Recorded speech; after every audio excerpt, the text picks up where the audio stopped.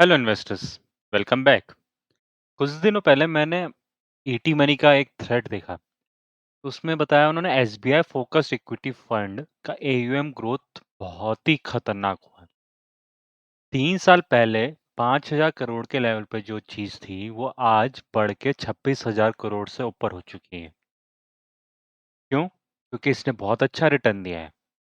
और पिछले कुछ सालों में इक्विटी मार्केट का रिटर्न भी बहुत अच्छा है। अगर किसी ने 2020 के बाद बहुत सारे लोगों ने घर पे बैठ के सेविंग्स डायरेक्ट करे थे स्टॉक्स और इक्विटी म्यूचुअल फंड्स में। तो पास रिटर्न तो बहुत अच्छा है। इसका फ्यूचर रिटर्न कैसा हो? SBI focused equity fund. SBI house से एक ऐसा फंड जो मैक्सिमम 30 स्टॉक में इन्वेस्ट कर सकता है। जब आपके पास ये लिमिट आ जाती है 30 स्टॉक, आप हर फंड को उसके स्टॉक को अच्छे से रिसर्च करते हैं, क्योंकि आपके पास ज़्यादा ऑप्शन नहीं है। बहुत सारे लोग, बहुत सारे फंड्स 50 स्टॉक रखते हैं, कुछ-कुछ तो 100 तक रख लेते हैं। लेकिन 30 में जब आपको लिमिटेड होना पड़ता है, तो आपको बहुत रिसर्च करनी पड़ती है, क्योंकि थोड़ा-सा भी अमाउंट आपका गड़बड़ हुआ, तो आपके पोर्टफोलियो पे इफ़ेक्ट पड़ सकता है। पिछले 3 साल में 5,000 से 25,000 तो ग्रोथ हुई है, लेकिन अगर हम इसका रिटर्न देखें, तो कुछ ज़्यादा बढ़िया नहीं है, बिल्कुल कैटेगरी के आसपास ही घूम रहा है रेगुलर का। और जो अगर S-N-P PSU 500 total return index में डालते हैं, उसको बीट नहीं कर पाता। 5 साल का रिटर्न देखा जाए तो 5 साल के रिटर्न में इसने बीट कर रखा है उसके पैरामीटर्स। तो नॉर्मली क्या होता है, लोग जब इन्वेस्ट करते हैं तो हिस्टोरिकल परफॉर्मेंस देखते हैं। तो इसमें हिस्टोरिकल परफॉर्मेंस अगर मान लीजिए आपने यहाँ पे इन्वेस्ट करा होता, तो आप देखते तो बहुत बढ़िया आपको हिस्टोरिकल परफॉर्मेंस दिखती। लेकिन अगर आप पिछले 1 साल की परफॉर्मेंस देखें तो अंडर परफॉर्म किया है। लेकिन 1 साल की परफॉर्मेंस एक अच्छा क्राइटेरिया नहीं होता, क्योंकि एटलीस्ट ये लॉन्ग टर्म इन्वेस्टमेंट है। और अगर इसको ऑल टाइम देखा जाए, तो इसने आराम से अपने कैटेगरी को और बेंचमार्क को दोनों को आउट परफॉर्म किया है।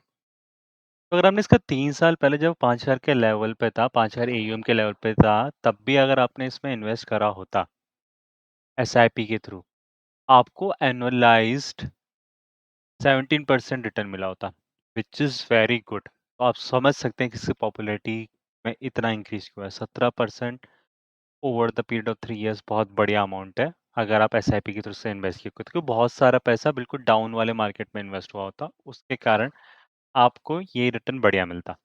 इसलिए मैं हमेशा कहता हूँ इसकी परफॉर्मेंस और रिस्क रेशियो का अगर हम बाकी फंड से कंपेयर करें तो कुछ खास नहीं है। मीन रिटर्न आपका पराग पर एक फ्लेक्सी कैप टीआई से मेरा एसेट फोकस्ड भी कम है। और अगर आप इसके अल्फा देखेंगे तो अब मेरा एसेट से ऊपर है, क्योंकि मेरा एसेट का बहुत ज़्यादा स्टैंडर्ड डेविएशन है, के कारण उसके थोड़ा ही नंबर कम हो जाता है। या बीटा कम है, तो यही मार्केट के साथ उतना मूव नहीं करता, तो इसके कारण अल्फा इसका ज़्यादा हो रहा है। लेकिन इसने कुछ खास परफॉर्म नहीं कर रखा है। मुझे लगा था बहुत अच्छा परफॉर्म कर रखा होगा। लेकिन बात वही है, ये एसबीआई का हाउस है। और अगर एसबीआई के पास इतने सारे डिपॉजिटर्स हैं, अगर वो जाके बैंक के पास पूछे मुझे इन्वेस्ट करना है तो मुझे कोई फंड बताओ, कौन सा फंड बताएंगे वो? एसबीआई ही जो फंड का ना, ऐसा तो नहीं एचडीएफसी का बता देंगे। पिछले 2-3 सालों में ना बहुत सारे लोगों ने मार्केट को पहली बार ऑब्जर्व किया जब वो घर पे बैठ के काम कर रहे थे, तो जिसके कारण इसमें बहुत सारा पैसा आ गया। लेकिन ये तो हो गई पास्ट की बात। फ्यूचर की बात करने के लिए हम पोर्टफोलियो देखते हैं इसका। तो अगर आप इसका पोर्टफोलियो देखेंगे तो ज़्यादातर ये इसने जायंट में डाला है। जायंट मतलब बहुत बड़ी कंपनी। अगर जायंट और लार्ज को मिला दिया जाए तो 60% तो जायंट में ही है। तो इस कभी-कभी फ्लेक्सी के साथ कंपेयर करते हैं, लेकिन ऑल्दो वो करेक्ट कंपैरिजन नहीं है। हाँ, लेकिन ये फ्लेक्सी की तरह मतलब कहीं भी आप इन्वेस्ट कर सकते हो, लेकिन आप मैक्सिमम 30 स्टॉक्स में कर सकते हो।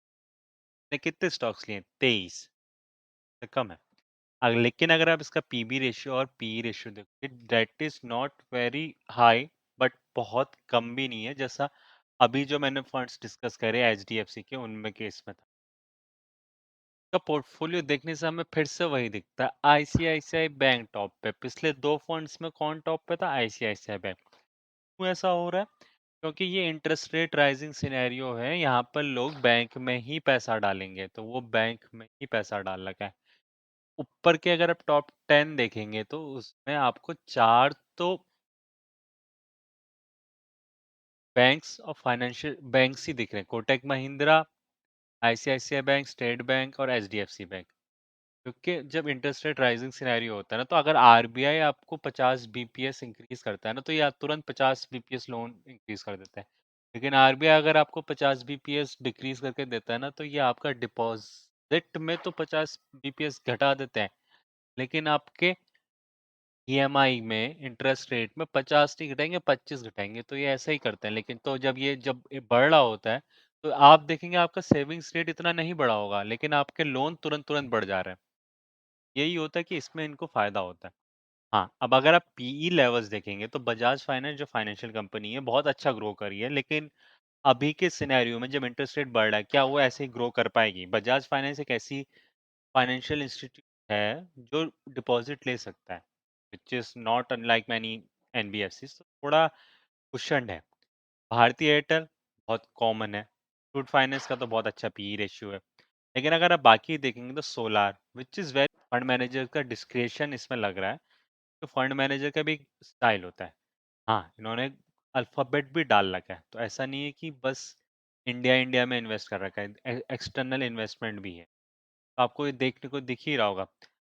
But one thing which I found very odd कि इन्होंने डिलीवरी में भी 3% पैसा डाल रखा है। डिलीवरी में क्यों?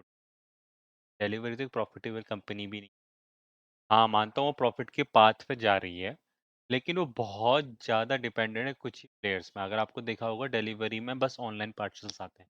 तो ना ओवरऑल लेवल इसके जो की हैं जैसे पेज है, भारती एयरटेल हो गया, रिलैक्सो हो गया और ZF commercial vehicle control system India हो गया।